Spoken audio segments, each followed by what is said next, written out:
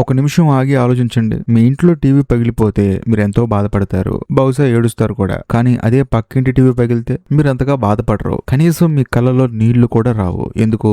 వస్తువులో ప్రాణం ఉందా లేక మీ ఆలోచనలో ఉందా?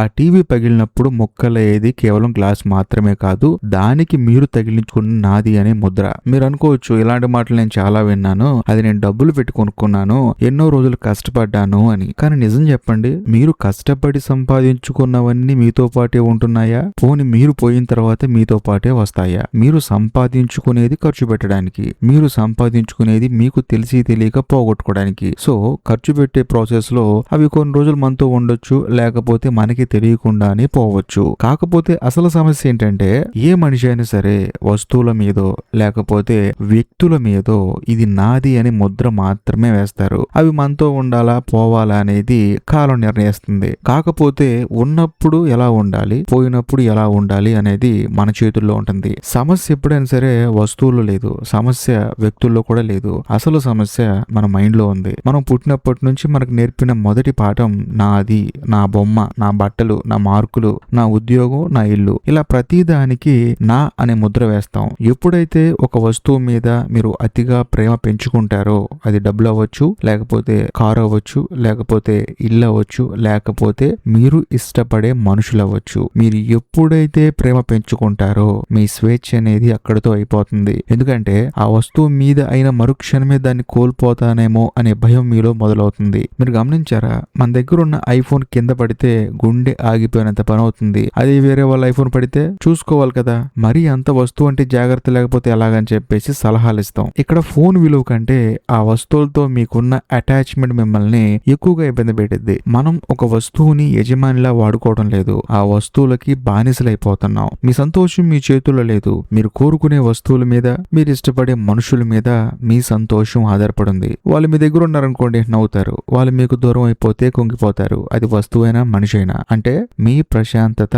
వేరే వాళ్ళకి తాకట్టు పెట్టేశారు. ఇది పెద్ద సమస్య. ఈ నాది అనే ఉచ్చులోకి మనం ఎందుకు వెళ్తామంటే, మనకంటూ ఒక ప్రత్యేకమైన గుర్తింపు లేకపోవటం వల్ల. టు బి ఫ్రాంక్ చెప్పాలంటే, ఒక మనిషిని నువ్వు ఏం చేస్తుంటావు, ఎంత సంపాదించావు, ఓహో ఆ ఉద్యోగంలో బాగానే డబ్బులు వస్తాయి కదా అని చెప్పేసి వాళ్ళ ఆస్తులను బట్టి వాళ్ళకి మనం గౌరవం ఇవ్వాలా లేదా అని చెప్పేసి చూస్తూ ఉంటాం. కానీ మిగతా వాళ్ళు మాత్రం మనల్ని చూసిన వెంటనే మనకి గౌరవించాలని చెప్పేసి మనలో మనం అనుకుంటూ ఉంటాం. దీనికి మించిన సమస్య ఇంకోటి ఉంటుందా చెప్పండి మనుషులకి? అందులోనూ ఇలాంటి మైండ్ సెట్ ఉండటం వల్ల మనకి ఇన్సెక్యూరిటీ ఎక్కువైపోతుంది. అంటే అభద్రతా భావం ఎక్కువైపోతుంది. నా దగ్గర ఈ కారు లేకపోతే సమాజం నన్ను ఏమనుకుంటుందో, నా పిల్లలు నా మాట వినకపోతే నా పరువు ఏమవుతుందో, ఈ ఆలోచనలే మనల్ని ఉక్కిరి బిక్కిరి చేస్తాయి. మనం వస్తువులను ప్రేమిస్తున్నాం అనుకుంటాం, కానీ నిజానికి ఆ అహంకారం దెబ్బతింటుందనే భయం మనల్ని ప్రశాంతంగా ఉండనివ్వదు. స్వామి వివేకానంద గారు ఒక అద్భుతమైన మాట చెప్పేవారు, మీరే దేవుడు అని చెప్పేసి మర్చిపోకండి, బయట వెతకటం ఆపి నీలోని అనంతమైన శక్తిని నిద్రలేపు అని. దీనికి అర్థం ఏంటంటే,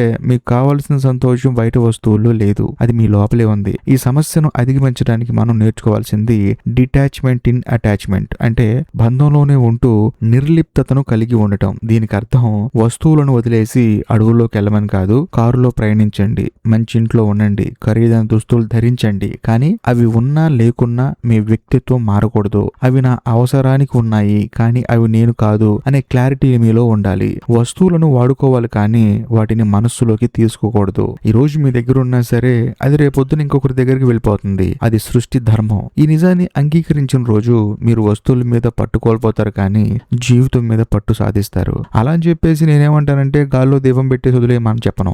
మన జాగ్రత్తలో మనం ఉండాలి, మనం సంతోషంగా ఉంటూనే ఉండాలి. అలా అని చెప్పేసి సడన్ గా ఒక వస్తువు పోతే జీవితాన్ని అక్కడితో ఆపేయకూడదు. సో జాగ్రత్తగా ఉంటూనే మన ఆనందాన్ని జాగ్రత్తగా కాపాడుకోవాలి. మనందరం ఒక అతిథుల్లాగా ఈ ప్రపంచంలో జీవించడానికి వచ్చాం, అలాగే ఉందాం. ఒకవేళ అలా కాకుండా నేను చిన్న చిన్న వస్తువుల కోసం బాధపడతాను, భగవంతుడిచ్చిన ఈ అమూల్యమైన జీవితాన్ని పాడు చేసుకుంటానంటే ఎవరు మాత్రం ఏం చేస్తారు చెప్పండి? ఈ భూమి మీదకి మనం అతిథుల్లా వచ్చాము, అతిథుల్లాగే వెళ్ళిపోదాం. ఈ వీడియో మీకు నచ్చితే ఖచ్చితంగా లైక్ చేయండి. బాయ్.